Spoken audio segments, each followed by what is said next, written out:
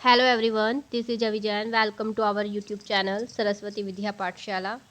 Friends, आज हम बात करेंगे राजस्थानी चित्रकला में हाड़ौती स्कूल की और हाड़ौती स्कूल की उपशैली कोटा उपशैली के बारे में आज हम बात करेंगे।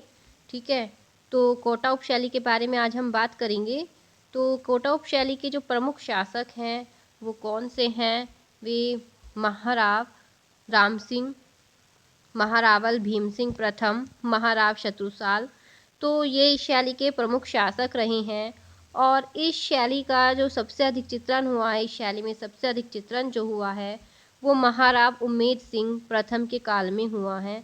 तो क्वेश्चन बन सकता है ये एग्ज़ाम में कि कोटा शैली में सबसे अधिक चित्रण किसके काल में हुआ है? तो वो महाराव उम्मेद सिंह प्रथम के काल में हुआ है। ठीक है, तो ये अब हमने प्रमुख शासकों की बात कर ली कोटा शैली की। अब हम बात करेंगे प्रमुख चित्रित ग्रंथ कि कौन से चित्रित ग्रंथ चित्रित हुए हैं और विषय क्या रहे हैं चित्रों के, तो उन पर हम बात करेंगे। तो इसमें हैं भागवत पुराण, ढोला मारू, तो ये चित्रित ग्रंथ रहे हैं। और विषय क्या क्या रहे हैं? दरबारी दृश्य चित्रकार, शिकार के दृश्य, शिकार को भी विषय लिया गया है इसमें, शिकार पर भी चित्र बने हैं। हाथियों के युद्धों का दृश्य भी चित्रित किया गया है। 12 मासा, राग रागनियाँ, बड़े देवता की हवेली, तो ये सब क्या है? इस शैली के प्रमुख विषय हैं जिन पर चित्र बने हैं। ठीक है, बात करते हैं प्रमुख चित्रकारों की। तो प्रमुख चित्रकारों में कौन कौन है? प्रमुख चित्रकारों में डालू, लच्छीराम, नूर मोहम्मद, रघुनाथ, हेमराज जोशी और गोविंद राम। ठीक है, तो ये शैली के प्रमुख चित्रकार हैं। और प्रमुख रंगों की बात करते हैं तो इसमें हल्के रंगों का और पीले व नीले रंगों का इसमें प्रयोग हुआ है ज़्यादा से ज़्यादा। पुरुष आकृति पर आते हैं कि पुरुष आकृति और स्त्री आकृतियाँ कैसी बनी है इसमें। तो पुरुष आकृतियों में बड़ी दाढ़ी, मूछ, तलवार और कटार आदि हथियारों से युक्त है। कि जो पुरुष आकृति है उनमें पुरुषों की बड़ी बड़ी दाढ़ी या मूछें दिखाई गई हैं, हाथ में तलवार है, कटार है उनके, और अच्छी हथियारों से युक्त वेशभूषा है और मोतियों से जुड़े आभूषण वे पहने हुए हैं। आभूषण कैसे पहने हुए हैं? मोतियों से जुड़े हुए। ठीक है, अब बात करते हैं स्त्री आकृति की। तो स्त्री आकृति में स्त्री का चेहरा गोल बनाया गया है, छोटी गर्दन बनाई गई है और सुदीर्घ मतलब लंबी नासिका, नाक बनाई गई है। मृग से नयन, हिरन जैसे नयन बनाए गए हैं। शीन कटी कहते हैं कमर को, तो पतली कमर बनाई गई है, छोटा कद बनाया गया है और मोटा शरीर बनाया गया है। ठीक है, तो ये कोटा शैली की स्त्री आकृति की पहचान है कि कैसे इसमें बनाया गया है। ठीक है, आगे देखते हैं। महत्वपूर्ण तथ्य कुछ इम्पोर्टेंट बातें हैं, क्या हैं कि इसमें जो कोटा शैली है इसमें जो चित्र बनाए गए हैं उनमें रानियों को शिकार करते हुए भी दिखाया गया है, उनका चित्रण भी दिखाया गया है। इम्पोर्टेंट है, ये क्वेश्चन बन जाता है इस पर कि रानियों को शिकार करते हुए किस चित्र शैली में दिखाया गया है। तो शिकार का जो वर्णन है वो कोटा शैली में है। ठीक है ना। 1768 ईस्वी में डालूराम चित्रकार के द्वारा, कौन सा चित्रकार था? डालूराम, ध्यान देना, डालूराम चित्रकार के द्वारा चित्रित क्या है? रागमाला सेट। ठीक, रागमाला सेट जो है वो कोटा चित्रकला का सबसे बड़ा सेट है। ठीक है, चित्रित सेट है। किसके द्वारा बनाया गया था रागमाला सेट? वो डालूराम के द्वारा बनाया गया था। और किसके समय में बनाया गया था? महाराव गुमान सिंह के समय में बनाया गया था। ठीक है, तो ये हो गया। आगे देखते हैं। अब बात करते हैं हम राजस्थानी चित्रकला में हाड़ौती स्कूल की ही बूंदी उपशैली की। ठीक है, बूंदी उपशैली के बारे में बात करेंगे। तो बूंदी उपशैली के प्रमुख शासक कौन रहे हैं? बूंदी उपशैली के समय प्रमुख शासक राव भाव सिंह रहे हैं।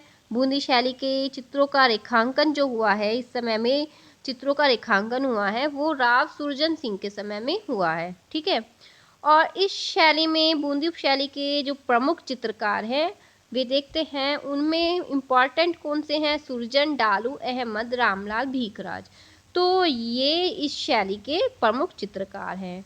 अब इस शैली में भी कुछ चित्रित ग्रंथ हैं, प्रमुख चित्रित ग्रंथ हैं और उनके विषय इनके बारे में बताएंगे।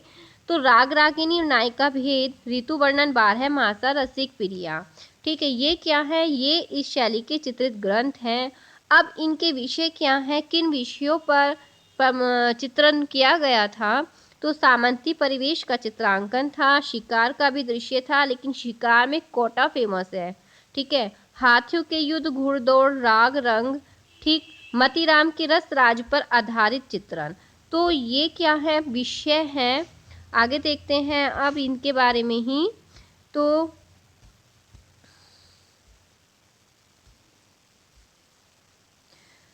वर्षा में नाचता मोर है, पेड़ों की छाया में बैठे शिकारी, पतवारों के पास विचरण करते प्रेमी युगल। तो ये क्या है, ये सब विषय हैं, चित्र के विषय कि किन पर चित्र बने हैं। अब प्रमुख रंग की बात करते हैं, तो बूंदी शैली का प्रमुख रंग इसमें जो प्रयोग हुआ है, रंग तो बहुत प्रयोग में आते हैं, लेकिन जो मेन रंग होता है वो हरा रंग है। ठीक है ना, कि जो जिसका सबसे अधिक प्रयोग हुआ है, तो हरा रंग बूंदी शैली का प्रमुख रंग है। आप बूंदी शैली की में पुरुष आकृति देखते हैं कि चित्रों की जो पुरुष आकृति है वो किस प्रकार की बनाई गई है, किस प्रकार की पुरुष आकृति का चित्रण बूंदी शैली में और किया गया, पुरुष आकृति और स्त्री आकृति का चित्रण। तो पुरुष आकृति में लंबा और पतला शरीर, जो पुरुषों का शरीर बनाया गया है वो लंबा और पतला बनाया गया है, बड़ी मूछें बनाई गई हैं, गोलाकार ललाट, ठीक है, वो बनाया गया है, अरुणिमा युक्त झुकी पगड़ियाँ, जो पगड़ियाँ बनाई गई है वो झुकी हुई बनाई गई है, और जो पारदर्शक जामे बनाए गए हैं वो घुटनों तक लंबे बनाए गए हैं। तो ये पुरुष आकृति की पहचान है। और स्त्री आकृति की बात करते हैं, तो स्त्री आकृति में क्या है, गोल मुख, स्त्रियों का जो मुख बनाया गया है वो कैसा बनाया गया है, वो गोल बनाया गया है, और उसमें स्त्री आकृति में जो आंखें बनाई गई हैं स्त्रियों की वो कमल के समान बनाई गई है, जैसे किसी में मृग के समान बनाई गई है, ऐसे ही इसमें कमल के समान बनाई गई है। और स्त्री आकृति में जो स्त्रियों की गर्दन है वो छोटी बनाई गई है, उनकी लंबी लंबी बाहें बनाई गई हैं, शरीर पतला है, और लाल और पारदर्शक चुनरी हुई वे चुनरी को ओढ़े हुए हैं वे। ठीक है, जो स्त्रियां हैं लाल एवं पारदर्शक चुनरी ओढ़े हुए हैं। तो ये स्त्री आकृति पुरुष आकृति की भी बात कर ली। अब कुछ इम्पोर्टेंट्स बातें हैं उनके बारे में देखते हैं। तो इसमें क्या है, बूंदी शैली में पशु पक्षियों का चित्रण सबसे ज़्यादा हुआ है, रेखाओं का भी सर्वाधिक अंकन हुआ है।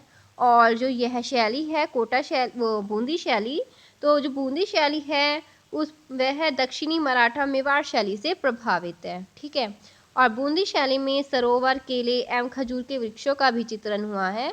और राव रतन सिंह को चित्रकला प्रेम के कारण, राव रतन सिंह है, उनको चित्रकला प्रेम के कारण जहांगीर ने सर बुलंद राय की उपाधि प्रदान की। क्वेश्चन बन सकता है ये कि राव रतन सिंह को जहांगीर ने कौन सी उपाधि दी।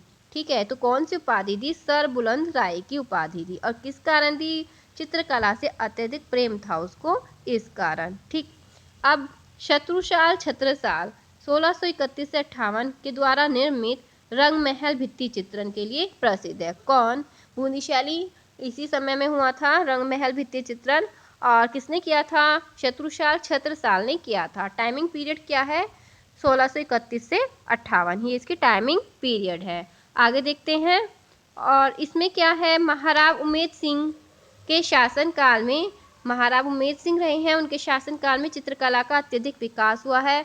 तो क्वेश्चन बन सकता है कि बूंदी शैली में महाराव उमेद सिंह के समय किस चीज़ का अत्यधिक विकास हुआ है, चित्रकला का। चित्रकला का अत्यधिक विकास किसके समय में हुआ है, महाराव उमेद सिंह के समय में हुआ है। और महाराव बिशन सिंह के समय में क्या हुआ है, शेरों के शिकार के चित्र बने हैं। तो ये भी क्वेश्चन इंपॉर्टेंट है कि शेरों के शिकार के चित्र किसके समय में बने हैं, तो महाराव बिशन सिंह के समय में बने हैं, और कौन सी शैली में, बूंदी शैली में। ठीक है, अब बूंदी शैली कौन सी उसकी है, बूंदी शैली हड़ौती स्कूल की है। ठीक है, तो ये बूंदी शैली कंप्लीट हो गया। आगे देखते हैं अब है राजस्थानी चित्रकला में ही दुगारी उपशैली की। तो दुगारी उपशैली में क्या है, नैनवा बूदी के पास सीताराम मंदिर की चित्रशाला में चित्रांकित शैली रही है ये, और इसमें चित्रों में स्वर्ण कलम का प्रयोग किया गया है, और इसमें भगवान राम केंद्र चित्र प्रधानता है, अर्थात इसमें जो चित्र बने हैं राम को केंद्र मानकर ही बने हैं, मतलब राम को दिखाया गया है। वनस्पति रंग की प्रधानता वाली शैली, इसमें वनस्पति रंगों का अत्यधिक प्रयोग किया गया है, और इसमें जो प्रमुख चित्र हैं, प्रमुख चित्र की बात करते हैं तो इसमें प्रमुख चित्र में मत्स्यावतार और कश्यपावतार चित्र प्रमुख चित्र हैं इस शैली के। और एकमात्र चित्र शैली जिसमें चित्रकार क्या है, स्वयं ही चित्र के नीचे शीर्षक लिखता है। ठीक है, तो बन सकता है क्वेश्चन ये भी कि प्रमुख चित्र वनस्पति रंग की प्रधानता वाली शैली कौन सी रही है, दुगारी उपशैली रही है। ठीक है, और ये भी बन सकता है कि एकमात्र चित्र शैली कौन सी है जिसमें चित्रकार स्वयं ही चित्र के नीचे कुछ शीर्षक लिखता है, तो वो कौन सी है, दुगारी उपशैली। जैसे कि लिखा हुआ है राम जी झूलो झूले हैं, इस प्रकार से जो चित्रकार है वो चित्र के नीचे ऐसे शीर्षक दे देता है। ठीक है, और क्वेश्चन ये भी बन सकता है कि भगवान राम केंद्रित चित्र प्रधानता कौन सी शैली है, तो कौन सी है, दुगारी उपशैली। तो फ्रेंड्स, ये हमने राजस्थानी चित्रकला को कंप्लीट कर दिया है। तो इसके और भी पार्ट्स बने हुए हैं जिसकी वीडियो हमने पहले अपलोड कर दी है, आप उसको भी देख लेना। और इससे संबंधित कुछ और भी क्वेश्चंस बने हुए हैं, उनका भी वीडियो आपको जल्द ही मिल जाएगा। तो अगर आपको वीडियो अच्छा लगा है तो वीडियो को लाइक कीजिए, शेयर कीजिए और मेरे चैनल को सब्सक्राइब कीजिए। टेलीग्राम ग्रुप भी बना हुआ है, आप उसको भी ज्वाइन कर सकते हैं, वहाँ पर भी कुछ ना कुछ अपडेट होती ही रहती है, क्विज भी चलती रहती हैं, तो आप टेलीग्राम ग्रुप भी ज्वाइन कर सकते हैं। Thank you very much.